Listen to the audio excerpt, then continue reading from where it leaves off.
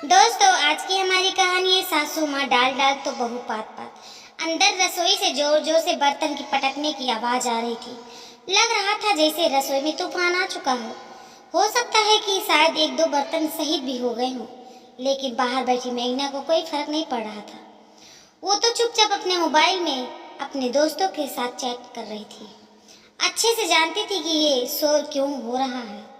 जब उसने कोई प्रक्रिया नहीं दी तो आखिरकार 15 मिनट बाद अपने आप सारे शोर बंद हो गए और उसके 1 घंटे बाद रसोई से हाँफते कांपते सीमा जी निकल कर आई।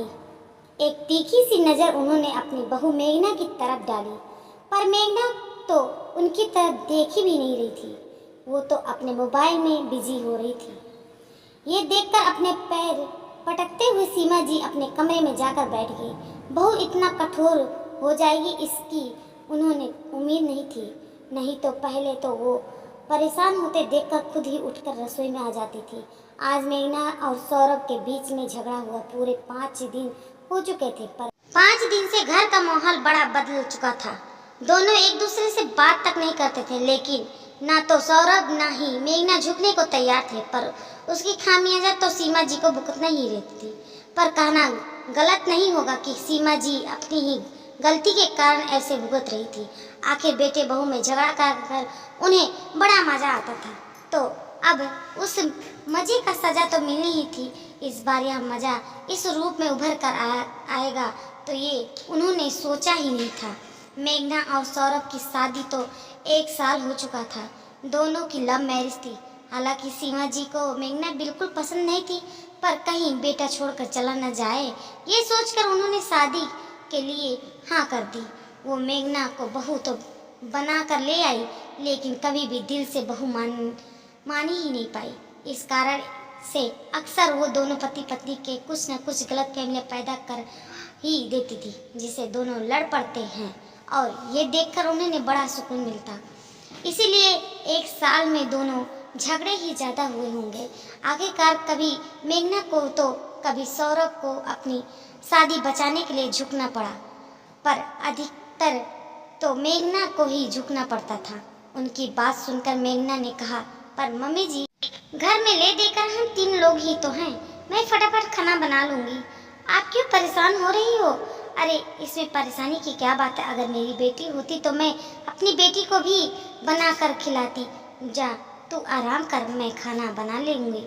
उनकी बात सुनकर मेघना अपने कमरे में आ गई।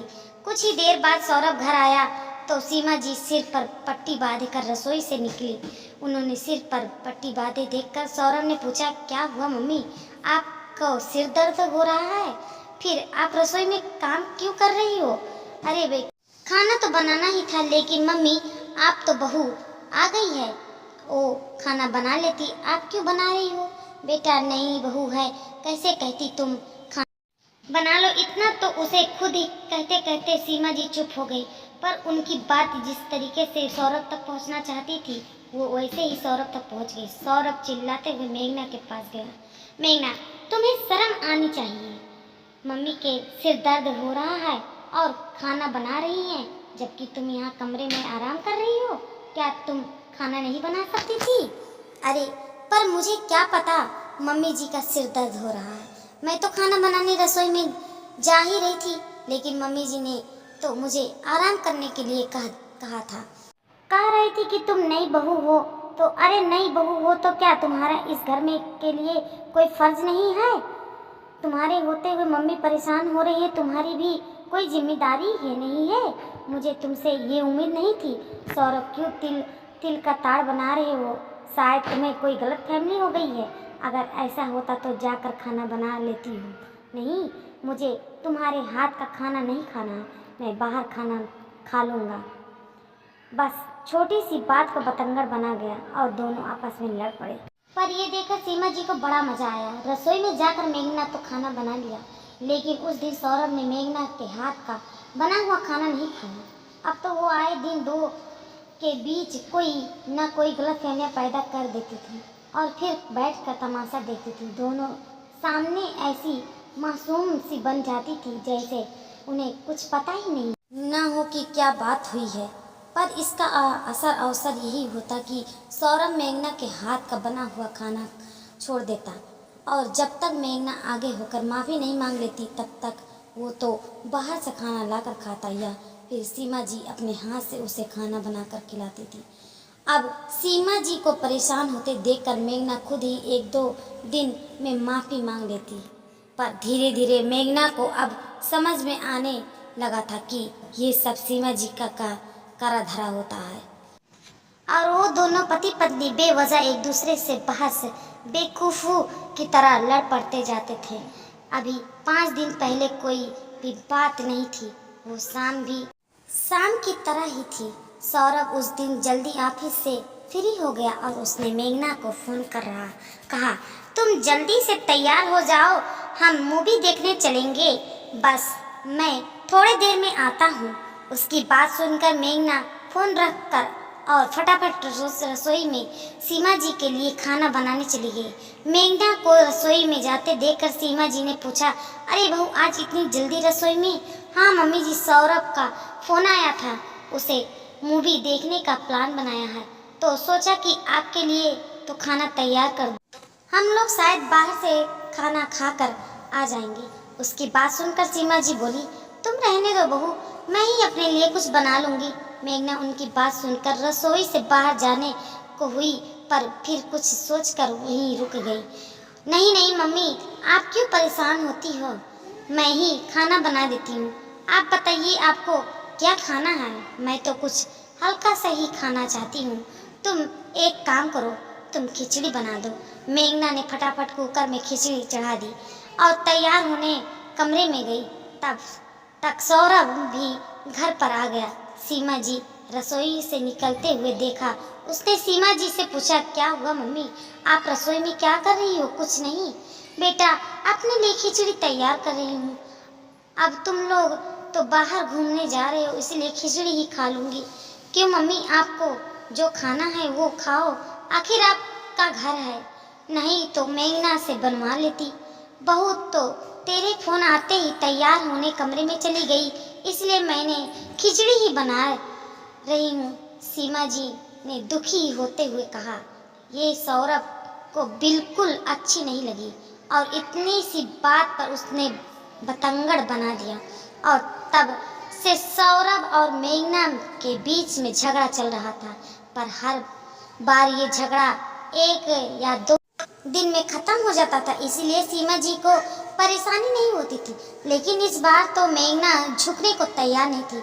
जानती थी सब सीमा जी का करा धरा है, इसलिए 5 दिन से ऊपर हो गया, झगड़ा ख़त्म होने का नाम ही नहीं ले रहा था। और हर बार की तरह सौरभ मेघना के हाथ से बना खाना नहीं खा रहा था। अब रोज़ रोज़ तो बाहर का खाना पचता नहीं, तो मजबूरन सीमा जी को ही खाना बनाना पड़ता रहा। पहले दिन तो खाना बाहर से ही आ गया, अब पूरे 4 दिन हो गए उन्हें रसोई में सुबह शाम खाना बनाते हुए। मेघना के आने के बाद काम करने की आदत तो वैसे ही छूट गई थी, अब पसीना छूट रहे थे। जैसे ही सौरभ घर पे आया, उसने सीमा जी की आवाज़ लगाई, मम्मी बहुत ज़ोर से भूख लग रही है, जल्दी से खाना लाओ दो। फिर एक नज़र मेघना की तरफ देखा और चुपचाप मुंह फेर कर कमरे में चला गया।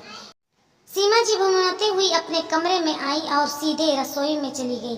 तब तक सौरभ भी चेंज करके बाहर डाइनिंग टेबल पर बैठ गया। सीमा जी अंदर रसोई से खाना का बर्तन लेकर आई और डाइनिंग टेबल पर जोर से पटकते हुए बोली, कब तक चलेगा ये दोनों की ड्रामा?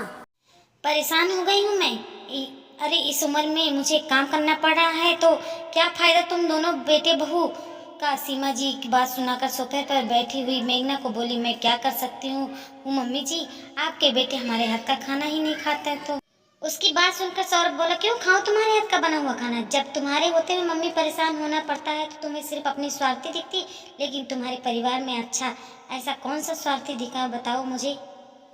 उस दिन जब हम मूवी देखने जाना था तो मम्मी के लिए खाना नहीं बना सकती थी? एक बार उसने पूछा नहीं सकता थे कि मम्मी जी आपको क्या खाना है, मैं आपकी पसंद कुछ बना देती हूँ? लेकिन नहीं, तुम फटाफट बस तैयार होने चली गई।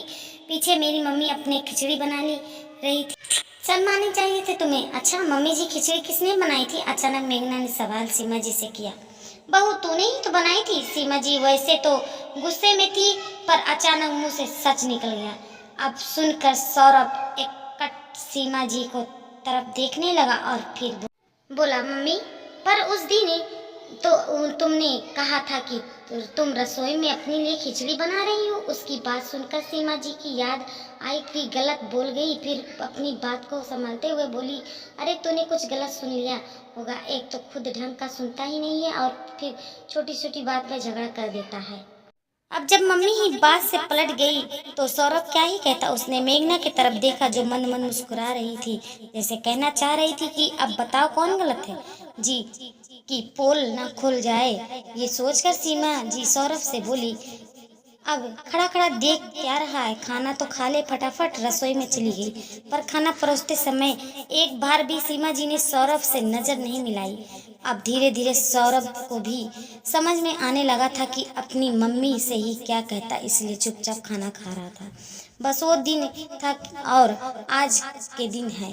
पहले बात तो सीमा जी खुद ही दोनों के बीच झगड़ा कराने में बसती थी, क्योंकि उन्हें पता था कि मेघना फिर अपनी जिद पर आ गई तो घर का काम उनकी जिम्मेदारी हो जाएगी। और यदि कभी भी कीड़ा कुलबुलाता भी था तब सौरभ मेघना सीमा जी को ही आमने सामने कर लेता था। जी हाँ दोस्तों, हमारी स्टोरी अच्छी लगे तो ढेर सारा शेयर कीजिए, लाइक कीजिए, सब्सक्राइब कीजिए और कमेंट में ज़रूर बताइए हमारी स्टोरी कैसी।